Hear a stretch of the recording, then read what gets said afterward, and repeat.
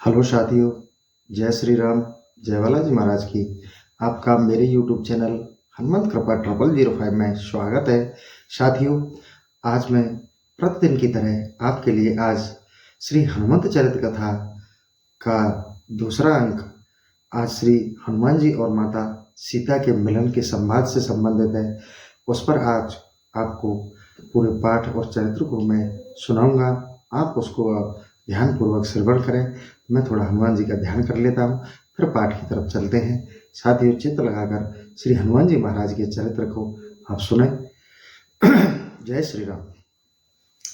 श्री गुरु चरण सरोज रज, निज मन मुकरि सुधारि।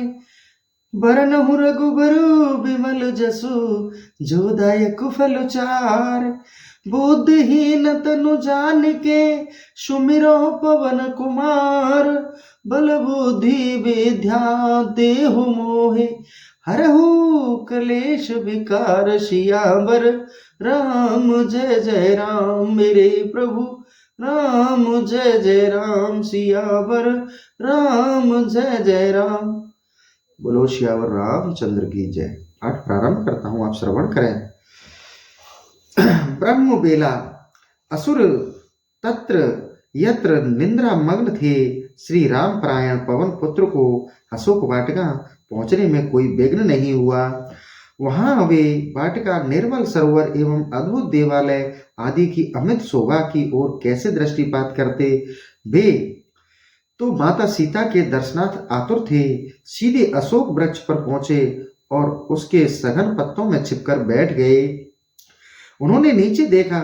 करुणाकर एवं सतीत्व की परम तेजस्विनी मूर्ति माता सीता चरणों की ओर नेत्र झुकाए चुपचाप बैठी थी। उनके नेत्रों से रह रहकर अश्रुपात हो रहा था। जगत जननी श्री जानकी जी के दर्शन कर श्री राम भक्त अंजनानंदन अत्यंत प्रसन्न हुए। उनके हृदय की सीमा न थी, खुशी की सीमा इतनी थी कि वो कहीं नहीं जा सकती। अपने सौभाग्य की सराहना करते हुए उन्होंने मन ही मन कहा, आज जानकी जी को देखकर मैं कृतार्थ हो गया। आहा, परमात्मा श्री राम के कार्य की सिद्धि में मैं ही निमित्त बना। माता की दयनीय दशा देखकर हनुमान जी दूसरे ही क्षण अत्यंत दुखी हो गए। वे मन ही मन सोचने लगे कि क्या करूं। उसी समय कोलाहल सुनकर श्री पवन नंदन अशोक के सघन पत्तों में सावधान होकर छिप गए और माता जानकी जी के डर से सिकुड़ कर बैठ गईं। श्री पवन पुत्र दूर से देखा, अनेक सुंदरी राक्षसियों से घिरा कंजलगिरी तुल्य दशामुख रावण चला आ रहा है। उन स्त्रियों के साथ रावण की महारानी मंदोदरी भी थी। जनक दुलारी के समीप आकर रावण ने कहा, जनक नंदिनी, तुम मुझसे क्यों डरती हो? मैं तुम्हें प्राणों से अधिक चाहता हूँ। तुम व्यर्थ ही क्यों कष्ट सह रही हो? तुम्हारा दुख मुझसे देखा नहीं जाता। उस वनवासी राम में क्या रखा है? उसमें यदि किसी प्रकार की शक्ति होती तो वह अब तक कभी आकर तुम्हें लेकर चला गया होता, किंतु मैं त्रिलोक विजयी हूँ। मनुष्य तो क्या, देवता असुर नाग किन्नर सभी मेरे नाम से कांपते हैं। इस त्रिकूट स्थित लंका में दुर्भेद दुर्ग में एक पक्षी का भी प्रविष्ट होना संभव नहीं। फिर वह वनवासी राम 7 योजन सागर पार कर यहाँ कैसे आ सकेगा? वह तो सर्वदा असमर्थ है, निर्मम है, अभिमानी, मूर्ख और अपने को बड़ा बुद्धिमान मानने वाला है। पर अब उसमें तुम्हें क्या लेना? तुम मेरी बात मान लो, फिर देव गंधर्व नाग यक्ष और किन्नर आदि स्त्रियां तुम्हारी सेवा करेंगी। मैं पूर्ण समर्थ हूँ। यदि चाहूं तो तुम्हें बलपूर्वक ग्रहण कर सकता हूँ, किंतु मैं तुम्हें हृदय से प्यार करता हूँ, इस कारण क्लेश देना उचित नहीं समझता। तुम स्वयं मान जाओ, इसी में तुम्हारा कल्याण है। माता सीता के मन पर प्रलोभन का कोई प्रभाव होते न देख दशानन आगे कहा, सुंदरी सीता देख, जब तक मुझे रोष नहीं आता तब तक मेरे पक्ष में निर्णय कर ले, अन्यथा यदि मुझे तनिक भी क्रोध उत्पन्न हुआ तो मैं अपनी तीक्ष्ण तलवार के एक ही बार से तेरा मस्तक धड़ से अलग कर दूंगा और तेरे शरीर का मांस गिद्ध कौवे खाएंगे या राक्षस राक्षसियां तुझे कच्चा ही चबा जाएंगी। क्रूरतम दशमुख की विष दग्ध सर तुल्य वाणी से माता जानकी जी तनिक भी भयभीत और विचलित नहीं हुई। उन्होंने अपने सम्मुख एक तृण रख सिर नीचा किए कहा, अधम राक्षस, तुझे जो कुछ करना है शीघ्र कर ले। तेरे जैसे पापी के द्वारा यंत्रणा पाने की अपेक्षा मृत्यु भी अच्छी है। अपने को त्रिलोक विजयी बताने वाले नीच कुत्ते, तू मेरी प्राणनाथ की अनुपस्थिति में मुझे चुराकर ले आया और यहाँ अपने घर में एक असहाय नारी के सामने ढीग हाँक रहा है। तू तभी तक प्रलाप कर रहा है जब तक श्री राघवेंद्र लंका में पदार्पण नहीं करते, पर तू देखेगा निकट भविष्य में तेरे सोने की लंका अग्नि में जलकर राख हो जाएगी और तू अपने बांधवों एवं कुटुंबियों सहित मेरे स्वामी के अमोघ सर की भेंट चढ़ जाएगा। जिस समय श्री कौशलेंद्र की बाण वर्षा विदीर्ण होकर तू यमलोक जाएगा, उसी समय उनके प्रताप को समझ सकेगा। वे प्रभु जब तक यहाँ से दूर हैं तब तक तू पागलों की तरह इच्छा अनुसार प्रलाप कर ले। श्री राम वियोगिनी सती सीता के कठोर वचन सुनते ही दशानन के नेत्र लाल हो गए। क्रोध में उन्मुक्त रावण तलवार निकालकर श्री जानकी जनक किशोरी की ओर दौड़ा, किंतु उसे रोकती हुई उसकी पत्नी मंदोदरी ने प्रेम पूर्वक समझाया, नाथ, आप इस दीना छीना दुखिया एवं कातर मानवी को छोड़ दीजिए, इसमें क्या रखा है। आपको तो वर्ण करने के लिए देव गंधर्व और नागादिकों की परम लावण्यवती स्त्रियां प्रति क्षण प्रस्तुत है। मंदोदरी के पैरों पड़ने और अन्न विनय करने से रावण पुनः क्रोध पूर्वक भगवती श्री सीता से कहा, जानकी देख, आज तो मैं तुझे छोड़ देता हूँ, किंतु यदि 1 मास में तू मेरी बात नहीं मानेगी तो मैं निश्चय ही तुझे अपने हाथों से मार डालूंगा। अच्छा तो यही है कि तू यथाशीघ्र निर्णय कर ले। तदंतर दशानन ने अत्यंत भयानक बदन वाली राक्षसियों को आदेश देते हुए कहा, निशाचरियों, यह सीता आदर प्रलोभन भय जिस प्रकार से मेरे अनुकूल हो जाए वही प्रयत्न करो। यदि 1 मास के भीतर यह मेरे बस में हो गई तब तो यह मेरे महान राज्य सुख का उपभोग करेगी। यदि इसने अपना निश्चय नहीं बदला तो 31वें दिन इस मानवी को मारकर मेरा प्रातःकालीन कलेवा बना देना। रावण चला गया और उसके इच्छा अनुसार अनेक भयानक राक्षसियां दुखिनी श्री जनक किशोरी के विविध प्रकार से डराने धमकाने लगी। यह दृश्य देखकर श्री पवन क्षुब्ध हो गए। उनके जी में आया, इन नीच राक्षसियों को अभी मसल कर फेंक दूं, किंतु नीति निपुण मेधावी हनुमान जी ने भगवान श्री राम का कार्य पूरा करने के लिए धैर्य से काम लिया। उन अत्यंत निर्मम एवं दुष्टा राक्षसियों के द्वारा पति वियोगिनी माता सीता को डराई जाते देख बूढ़ी राक्षसी त्रिजटा जो तत्काल सोकर उठी थी उन सबसे कहने लगी, अधम निशाचरियों, निश्चय ही तुम लोगों के बुरे दिन समीप आ गए हैं, अन्यथा तुम लोग दुर्भाग्यनाशन श्री राम की पत्नी देवी सीता के सम्मुख इस प्रकार का दुखद आचरण नहीं करती। देखो, मैंने अभी अभी एक भयंकर रोमांचकारी स्वप्न देखा है जो दशानन सहित समस्त राक्षस वंश के विनाश एवं देवी सीता के अवधेय का सूचक है। त्रिजटा की बातों को सुनकर राक्षसियां भयभीत हो गईं और वे स्वप्न के संबंध में उनसे आग्रह पूर्वक बार बार पूछने लगी। त्रिजटा ने उन्हें बताया, मैंने स्वप्न में रावण के मूंड मुड़ाए तेल से नहाकर लाल कपड़े पहने हुए देखा था। करवीर की माला पहने हुए मदिरा से उन्मुक्त रावण को मैंने पुष्पक विमान से धरती पर गिरते हुए देखा। मुंडित मस्तक रावण ने काले वस्त्र पहन रखे थे और उसे एक स्त्री कहीं खींचे लिए जा रही थी। शरीर पर लाल चंदन का लेप किए और लाल पुष्पों की माला धारण किए रावण तेल पीता हंसता नाचता गधे पर बैठकर दक्षिण दिशा की ओर जा रहा था। एकमात्र विभीषण को छोड़कर मैंने स्वप्न में रावण के समस्त पुत्रों एवं सेनापतियों को मुंडित मस्तक और तेल में नहाए हुए देखा है। मैंने यह भी देखा है कि रावण सूअर पर, मेघनाद सूस पर और कुंभकर्ण ऊंट पर सवार होकर दक्षिण दिशा गए हैं। इतना ही नहीं, मैंने स्वप्न में यह भी देखा कि एक मूंगे के समान लाल मुख वाले महातेजस्वी वानर ने अनेक असुरों को मृत्यु के मुख में ढकेलकर लंका में आग लगा दी है। वह जलकर भस्म हो गई। मेरे विचार अनुसार प्रातः काल का यह स्वप्न शीघ्र ही सिद्ध होगा। बुद्धिमानी वृद्धा त्रेता ने अंत में राक्षसियों को उपदेश देते हुए कहा, निशाचरियों, जो चक्रवर्ती सम्राट की पुत्र वधु सती सीता राज्य के समस्त सुख और वैभव को ठोकर मारकर अपने वीर पति के साथ अरण्य में चली आई है, श्री रघुनाथ जी के साथ कुशकंटक और ककरीले बीहड़ पथों में कष्ट उठाती हुई सुख का अनुभव करती रही, उस अपनी पतिव्रता भार्या और परम आदरणीय प्रियतमा सीता का इस प्रकार धमकाया और डराया जाना कौशल्यानंदन श्री राम किस प्रकार सहन कर सकेंगे? तुम सबकी दुर्दशा होगी, तुम्हें कहीं शरण नहीं मिलेगी, अतः इन्हें कठोर और दुर्वचन कहना छोड़कर इनका सम्मान करो, इनके साथ मधुर वाणी का व्यवहार करो, इन विदेह नंदिनी से कृपा तथा क्षमा की याचना करो, इसी से तुम लोगों का हित है।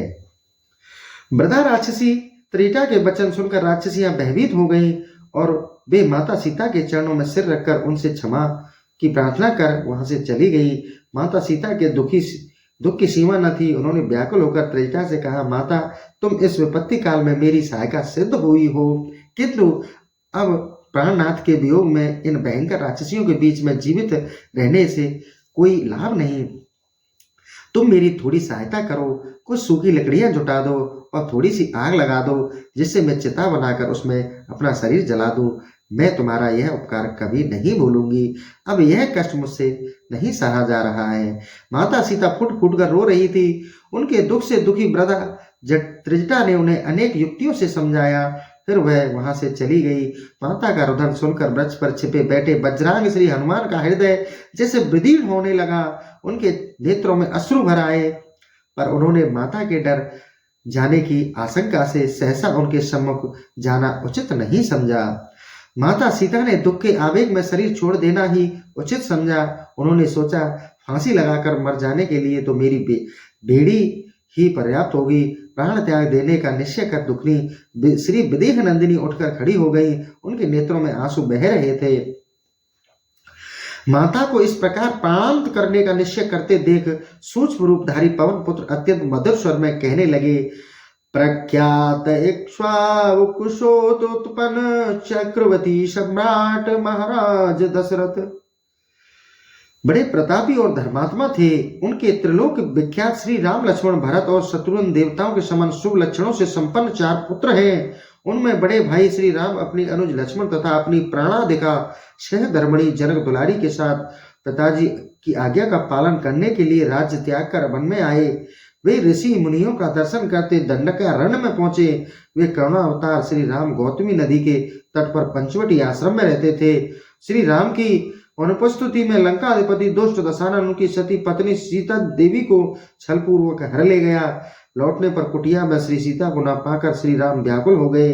लक्ष्मण के साथ श्री सीता जी को ढूंढते हुए शोकाकुल श्री राम मार्ग में जटायु को परम धाम भेजकर ऋषमुख पर्वत पर आए। वहां कपिराज सुग्रीव से उनकी मैत्री हुई। सुग्रीव का बड़ा भाई बाली उसका शत्रु था। प्रलंब बाहु श्री राम ने वीरवर वाली को एक बाण से मार डाला। सुमित्रा कुमार ने सुग्रीव को किष्किंधा के राज्य पद पर अभिषिक्त किया। किष्किंधा के राजा बानर राज सुग्रीव ने विदेह नंदिनी श्री सीता का पता लगाने के लिए कोटि कोटि वीर बानर भालुओं को चारों दिशाओं में भेजा। मैं उन्हीं कपिराज सुग्रीव का भेजा हुआ एक तुच्छ बानर हूँ। मार्ग में जटायु के भाई संपाति से भेंट हुई। उन्होंने जनक नंदिनी का पता बताया। उन्हीं के निर्देशानुसार माता सीता को ढूंढते हुए विभीषण से भेंट हो गई। उनके बताए अनुसार मैंने यहाँ महारानी सीता का दर्शन प्राप्त किया। उनका दुख देखकर मेरा धैर्य छूट रहा है, पर मेरी यात्रा सफल हो गई। प्राण आराध्य श्री राम का वृत्तांत सुनकर माता जानकी के आश्चर्य की सीमा न रही। वे मन ही मन सोचने लगी, यह सत्य है अथवा मेरा स्वप्न देख रही हूँ। पर नींद तो मुझे आती नहीं, फिर स्वप्न कैसे देख सकती हूँ? जब मैं सुस्पष्ट वाणी सुन रही हूँ तब यह भ्रम भी नहीं। माता ने कहा, जिन महाभाग ने मेरे प्राणनाथ का अमृतम संवाद सुनाया वे मेरे सम्मुख आए। माता सीता का आदेश पाते ही श्री राम भक्त हनुमान जी धीरे धीरे वृक्ष से उतरे। उन्होंने अत्यंत श्रद्धा और विनय पूर्वक माता के चरणों में मस्तक झुकाकर प्रणाम किया। अंततः कुटिला राक्षसियों के बीच पति वियोग से दुखनी श्री जनक नंदिनी अपने सम्मुख विद्युत पुंज के समान अत्यंत पिंगल वर्ण वाले एवं पक्षियों के बराबर आकार के बानर को देखा तो वे सहम गई। बानर के नेत्र तपाए हुए स्वर्ण के समान चमक रहे थे। उसे टेढ़े मुख वाले नन्हे से बानर को देखकर माता ने सोचा, मुझे छलपूर्वक फंसाने के लिए मायावी रावण ने यह माया रची है। अवनत वंदना माता सीता व्याकुल होकर सिसकने लगी। भगवती सीता नीचे मुख किए रोते हुए देखकर श्री अंजना नंदन ने व्याकुल होकर कहा, माता आप किसी प्रकार की शंका न करें। मैं करुणा निधान श्री राम की शपथ लेकर कहता हूँ कि मैं प्रभु श्री राम का दास और कपिराज सुग्रीव का सचिव हूँ। उनके भेजने से आपका पता लगाने के लिए मैं यहाँ आया हूँ। मेरे पिता पराक्रमी पवन देवता हैं। अपने सम्मुख श्रद्धा पूर्वक सिर झुकाए वृद्धांजलि श्री पवन नंदन ने देखकर माता जानकी जी से कहा, तुम अपने को श्री रघुनाथ जी का दास कहते हो, किंतु मनुष्य और बानर का साथ कैसे संभव है? हाथ जोड़े हनुमान जी ने अत्यंत विनय पूर्वक उत्तर दिया, माता सबरी की प्रेरणा से सानो श्री राम ऋषिमुख पर्वत के समीप पहुंचे। गिरी शिखर पर बैठे सुग्रीव ने मुझे उनका पता लगाने के लिए भेजा। मैं ब्राह्मण वेश में प्रभु के समीप पहुंचा। परिचय हो जाने पर मैं लक्ष्मण सहित प्रभु श्री राम को अपने कंधे पर बैठाकर सुग्रीव के पास ले गया। वहां मैंने प्रभु की सुग्रीव से मैत्री करा दी।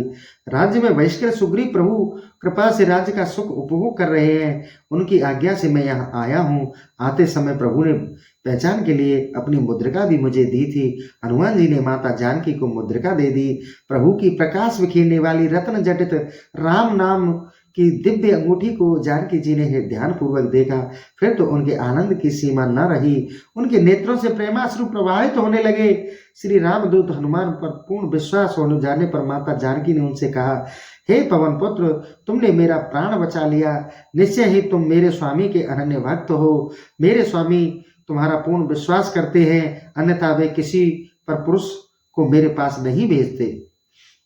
हनुमान, तुमने मेरी विपत्ति देख ली। इन क्रूरतम निशाचर निशाचरियों के बीच में किस प्रकार जीवित हूँ, यह तुम्हारे सामने है। तुम श्री रघुनाथ जी से निवेदन करना कि आपके वियोग में मैं किस प्रकार जीवन धारण करूं। अवधि बीतने पर पापी राक्षस मुझे मार डालेगा। यदि वे मुझे जीवित देखना चाहते हों तो 1 मास के भीतर ही यहाँ पधार कर राक्षस वंश का संहार करें।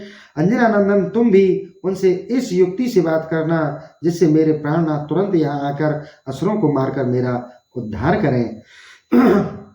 भगवती सीता ने व्याकुल होकर आगे कहा, हनुमान, मुझ डूबती हुई के तुम बड़े सहायक सिद्ध हुए। मैं तो प्रभु के बिना जलनहीन मीन की तरह तड़प रही हूँ, पर क्या दया निधान प्रभु भी कभी मेरा स्मरण करते हैं। तो श्री हनुमान जी ने विनय पूर्वक उत्तर दिया, जननी, आपके वियोग में श्री रघुनाथ जी के दुख का वर्णन करने में सर्वथा असमर्थ हूँ।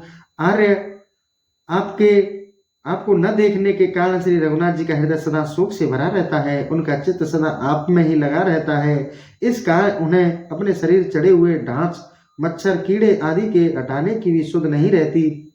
श्री राम निरंतर आपके वियोग विहीन में जलते रहते हैं। आपके अतिरिक्त वे अन्य कुछ सोचते ही नहीं। आपकी चिंता के कारण एक तो उन्हें नींद नहीं आती और कुछ देर के लिए नींद आई भी तो वे सीता सीता कहते हुए जग जाते हैं। माता, आप प्रभु के संबंध में तनिक भी ग्लानि मत कीजिए।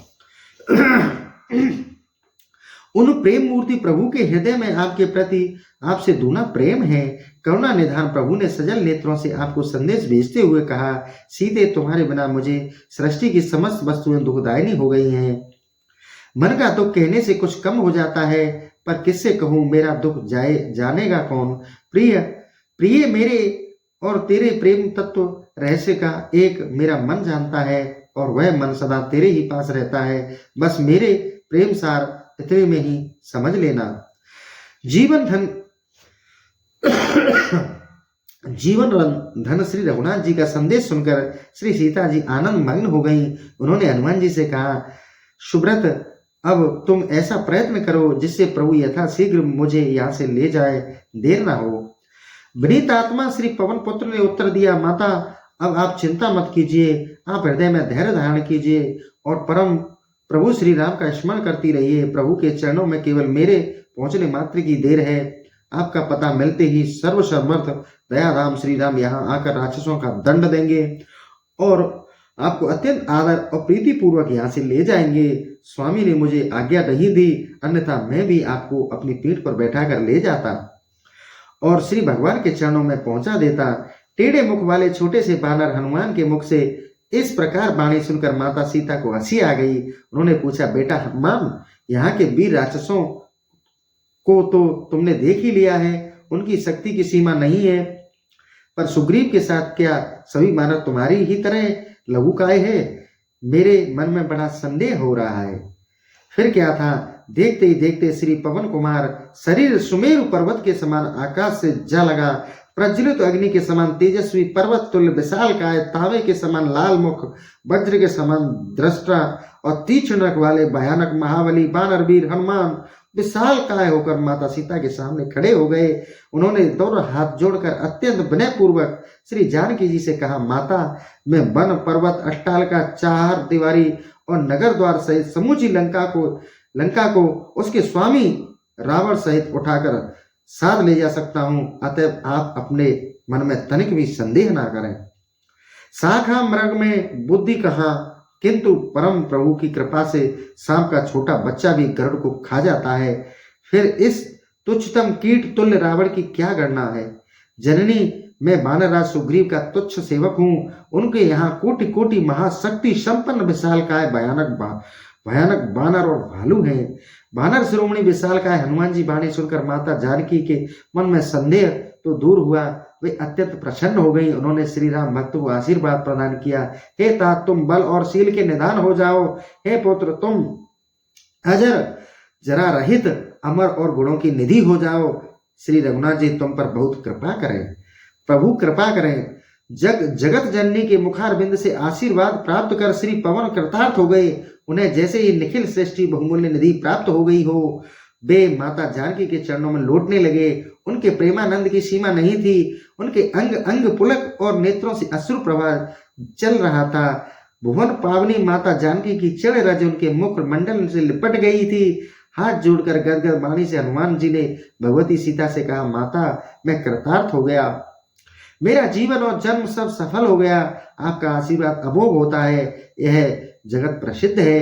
हनुमान जी ने फिर कहा, माँ, मुझे भूख लगी है और मेरे सम्मुख इस वाटिका में विविध प्रकार के मधुर फल लटके दिख रहे हैं। यदि आप आज्ञा प्रदान करें तो मैं इन्हें खाकर क्षुधा निवारण कर लूं। जानकी जी ने कहा, बेटा, तुम फल खाकर तृप्त हो जाओ, यह तो मैं चाहती हूँ, किंतु यहाँ बड़े बलवान और सूरवीर सशस्त्र सैनिक सदा पहरा देते हैं। अभय श्री हनुमान जी ने कहा, माँ, यदि आप प्रसन्न मन से मुझे आज्ञा दें तो मुझे इन असुरों की तनिक भी चिंता नहीं है। भगवती सीता ने महावीर हनुमान को बल और बुद्धि से संपन्न देखकर कह दिया, बेटा जाओ, श्री रघुनाथ जी का स्मरण करते हुए इच्छा अनुसार मधुर फलों का खाकर पेट भर लो।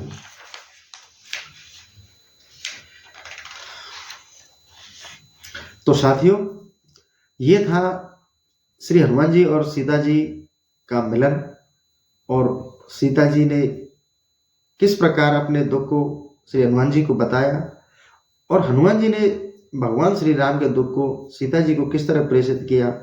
कितना सुंदर, कितना अद्भुत चित्रण है चरित्र का।